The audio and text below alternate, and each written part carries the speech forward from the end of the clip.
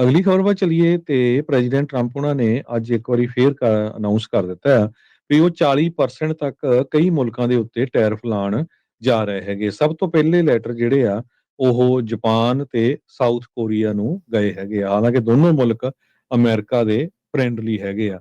ਉਹਨਾਂ ਦੇ ਉੱਤੇ 25% ਜਿਹੜਾ ਟੈਰਿਫ ਲੱਗਣ ਜਾ ਰਿਹਾ ਅਗਸਤ ਪਹਿਲੀ ਤੋਂ। ਇਸ ਤੋਂ ਬਿਨਾਂ 2 ਘੰਟਿਆਂ ਦੇ ਬਾਅਦ ਹੀ, ਜਦੋਂ ਅੱਜ ਸਵੇਰੇ ਗੱਲਬਾਤ ਕਰ ਰਹੇ ਸੀ ਟਰੰਪ ਹੋਣੀ, ਤੇ 2 ਘੰਟੇ ਬਾਅਦ ਹੀ Malaysia, Kazakhstan, South Africa, Myanmar, Laos ਇਹਨਾਂ ਨੂੰ ਵੀ ਚਿੱਠੀਆਂ ਚਲ ਗਈਆਂ ਵੀ ਤੁਹਾਡੇ ਤੇ 40% ਟੈਕਸ ਲੱਗਣ ਜਾ ਰਿਹਾ ਆ।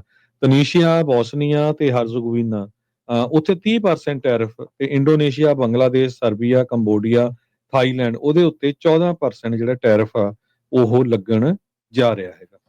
ਜੀ ਬਿਲਕੁਲ। ਸੋ ਇਸ ਟਾਈਮ ਟੈਰਿਫ ਦਾ ਜਿਹੜਾ ਰੌਲਾ ਇੱਕ ਵਾਰੀ ਫੇਰ ਹਰਜੋਤ ਸਿੰਘ ਜੀ ਸ਼ੁਰੂ ਹੋ ਚੁੱਕਾ ਹੈ। ਰਾਸ਼ਟਰਪਤੀ ਟਰੰਪ ਸਕਰੀਨ ਸ਼ਾਟਸ ਉਹਨਾਂ ਚਿੱਠੀਆਂ ਦੇ ਜਿਹੜੇ ਆ ਉਹ ਸ਼ੇਅਰ ਕਰ ਰਹੇ ਆਪਣੇ ਸੋਸ਼ਲ ਮੀਡੀਆ ਦੇ ਜਿਹੜਾ ਉੱਤੇ।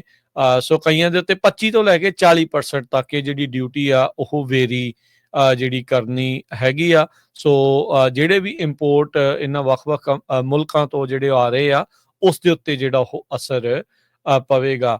ਉਧਰ ਕਹਿੰਦੇ ਵੀ ਡਾਲਰ ਦੀ ਕੀਮਤ ਦੇ ਵਿੱਚ ਉਹ ਵਾਧਾ ਹੋਇਆ ਆ ਜਿੱਦਾਂ ਹੀ ਟਰੰਪ ਹੁਣਾਂ ਨੇ ਜਾਪਾਨ ਤੇ ਸਾਊਥ ਕੋਰੀਆ ਦੇ ਉੱਤੇ ਜਿਹੜੇ ਟੈਰਿਫ ਆ ਉਹ ਅਨਾਉਂਸ ਕੀਤੇ ਸੀਗੇ। ਜੇ ਆਪਣੇ ਦਰਸ਼ਕਾਂ ਸਰੋਤਿਆਂ ਨੂੰ ਯਾਦ ਦਿਵਾਉਂਦੇ ਜਾਈਏ ਤਾਂ ਆਲਰੇਡੀ ਆਪਾਂ ਦੇਖ ਰਹੇ ਸੀਗੇ ਵੀ ਜਿਹੜੀ ਲਾਸਟ ਡੇਟ ਆ 3 ਮਹੀਨੇ ਦੀ ਜਿਹੜੀ ਮੌਲਤ ਦਾ ਵਕਤ ਆ ਉਹ ਤਕਰੀਬਨ ਖਤਮ ਹੋਣ ਜਾ ਰਿਹਾ ਸੀਗਾ। ਸੋ ਐਨ ਉਸ ਤੋਂ ਪਹਿਲਾਂ ਰਾਸ਼ਟਰਪਤੀ ਟਰੰਪ ਹੁਣਾਂ ਨੇ ਟੈਰਿਫਸ ਨੂੰ ਲੈ ਕੇ, ਟ੍ਰੇਡ ਵਾਰ ਨੂੰ ਲੈ ਕੇ ਐਕਟੀਵਿਟੀ ਜਿਹੜੀ ਉਹ ਫੇਰ ਤੇਜ਼ ਕਰ ਦਿੱਤੀ ਹੈਗੀ ਆ। ਸੋ ਕਹਿੰਦੇ ਵੀ 2021 ਦੇ ਵਿੱਚ ਡਾਲਰ ਆਪਣੀ ਜਿਹੜੀ ਸ਼ਕਤੀ ਆ ਥੋੜੀ ਜਿਹੀ ਲੂਜ਼ ਕੀਤੀ ਸੀ, ਉਹ ਲੋਅਸਟ ਦੇ ਉੱਤੇ ਕਿਹਾ ਸੀਗਾ। ਤੇ ਸਵਿਸ ਫਰੈਂਕ ਦੇ ਮੁਕਾਬਲੇ 2015 ਦੇ ਵਿੱਚ ਉਹ ਸਭ ਤੋਂ ਵੀਕ ਸੀਗਾ, ਪਰ ਅੱਜ ਤੋਂ ਬਾਅਦ ਦੇ ਵਿੱਚ ਉਹ ਫੇਰ ਜਿਹੜਾ ਉਹ ਸਟਰੋਂਗ ਹੁੰਦਾ ਜਿਹੜਾ ਉਹ ਨਜ਼ਰ ਆ ਰਿਹਾ ਹੈਗਾ ਆ। ਸੋ ਡਾਲਰ ਜਿਹੜੀ ਆ ਉਹ ਡਾਲਰ ਜਿਹੜਾ ਆ ਉਸ ਦੀ ਵੈਲਿਊ ਆ ਉਹ ਇਸ ਦੇ ਵਿੱਚ ਵਾਧਾ ਹੋਇਆ ਆ, ਜੰਪ ਉਸਨੇ ਕੀਤਾ ਆ।